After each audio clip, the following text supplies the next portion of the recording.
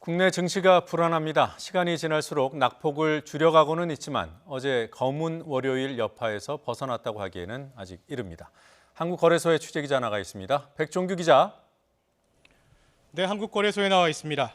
네, 시작부터 좀 알아보죠. 급락세로 출발했어요?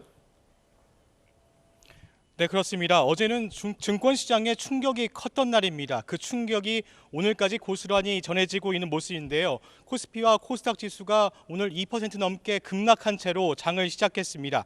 특히 코스피가 장중한 때 1890선까지 하락했습니다.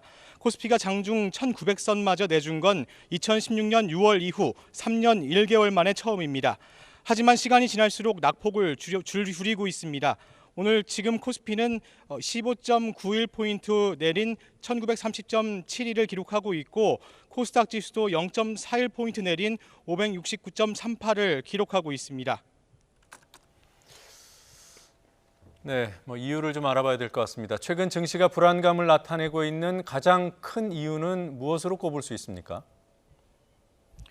네, 가장 핵심적인 이유는 미중 무역 분쟁이 재점화되고 있는 모습이 이어지고 있기 때문입니다. 특히 오늘 새벽에는 미국이 중국을 환율 조작국으로 지정했다는 소식도 전해졌는데요.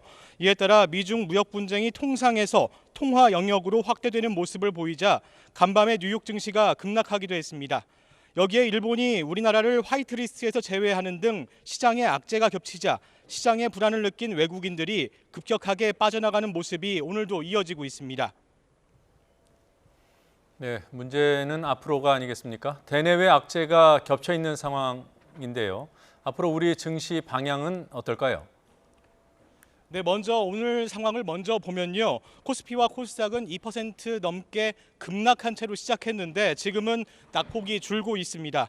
일단 증시가 최근 워낙 급락하다 보니 낙폭 자체가 제한적이고 값이 충분히 싸졌다고 보는 저가 매수도 유입된 것으로 풀이됩니다. 증시가 급락한 이후에 반등세를 보이는 현상을 기술적 반등이라고 말하는데요. 하지만 문제는 악재가 겹겹이 쌓이는 상황이고 지난해 초 이후 국내 경제 지표가 가파르게 추락하고 있어 악재에 버틸 체력 자체가 떨어졌다는 점이 문제입니다. 이렇다 보니 투자 심리가 얼어붙은 모습입니다. 투자 심리의 회복이 쉽지 않다 보니 한동안은 바닥을 장담하기 어려운 분위기가 이어질 것이라는 전망이 많습니다. 네, 자, 금융당국의 대책이 나올 시점이 된 건가요? 어떻습니까? 네, 그렇습니다. 기획재정부는 물론 금융당국도 오늘 아침부터 분주하게 움직였습니다. 우선 방기선 기획재정부 차관보는 오늘 관계기관 합동점검반 회의에서 엄중한 상황 인식에 따라 시장 동향을 예의주시하겠다고 강조했습니다. 과도하게 시장이 불안정한 모습을 보인다면 적극적으로 대응해 나가겠다고 설명했습니다. 금융위원회와 금융감독원도 증권 투자업계 관계자들과 간담회를 열어 국내 경제의 대외 건전성이 예전보다 크게 개선된 만큼 상황을 차분하게 지켜볼 필요가 있다고 밝혔습니다.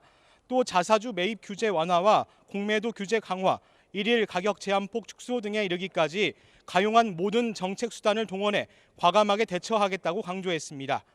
한국은행도 오늘 오전 이주열 총재 주재로 금융시장을 점검하는 회의를 진행했고 한국거래소 역시 시장 점검 회의를 열었습니다. 거래소는 최근 안전자산 선호와 환율 불안이 이어지면서 국내 증시가 영향을 받았다며 한일 분쟁의 영향이 큰 업종과 일본 자금 동향 등을 중심으로 증시 상황을 살펴보겠다고 강조했습니다. 지금까지 한국거래소에서 YTN 백종규입니다.